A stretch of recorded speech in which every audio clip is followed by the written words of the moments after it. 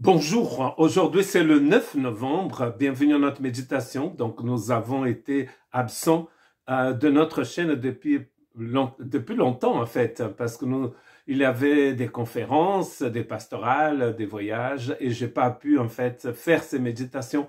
Mais nous sommes de retour et je voudrais méditer avec vous dans 2 Corinthiens chapitre 5 et verset 4. En effet, nous qui sommes dans cette tente, nous gémissons accablés parce que nous voulons non pas dévêtir, mais au contraire nous revêtir afin que ce qui est mortel soit englouti par la vie. Magnifique.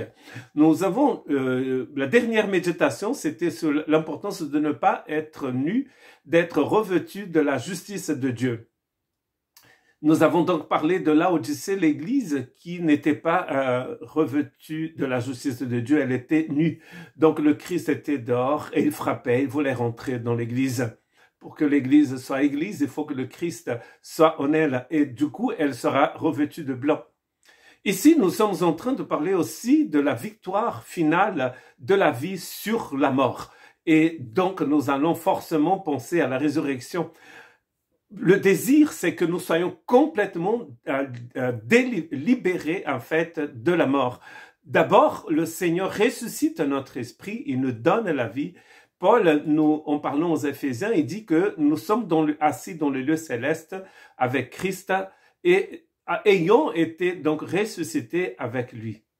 Dieu nous a placés en Christ, Christ nous a ressuscités. Mais nous attendons en fait le jour où la mort sera complètement anéantie par la vie, comme il dit ici, engloutie par la vie.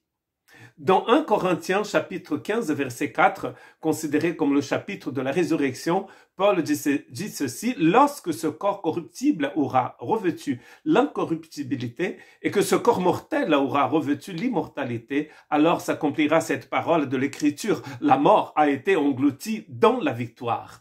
Nous avons la même idée ici dans les deux textes. La mort va donc la mort sera engloutie par la vie dans le texte de 2 Corinthiens, et dans le texte de 1 Corinthiens, il dit que finalement la mort va être engloutie dans la victoire. Et c'est la victoire du Christ. Rien ne sera laissé à la mort. Le Seigneur a ressuscité notre esprit, il va ressusciter aussi notre corps le jour de la résurrection. Nous attendons en fait ce jour, la création entière attend ce jour.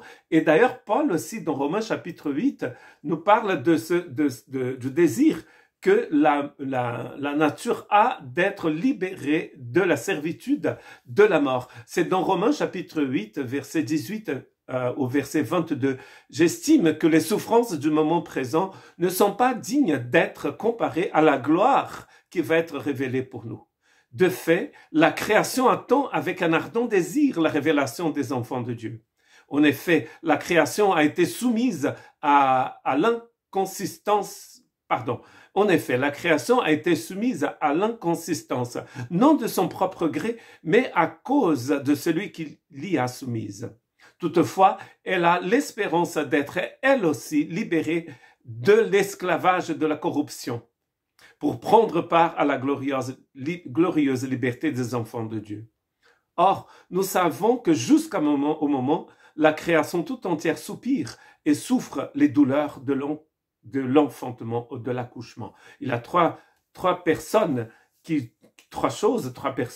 soupirent dans le chapitre 8 de Romains. Il a le Saint-Esprit, il a nous-mêmes et il a la création. La mort, c'est une chose terrible et abominable. Mais un jour, elle sera complètement engloutie par la vie éternelle. Que Dieu vous bénisse.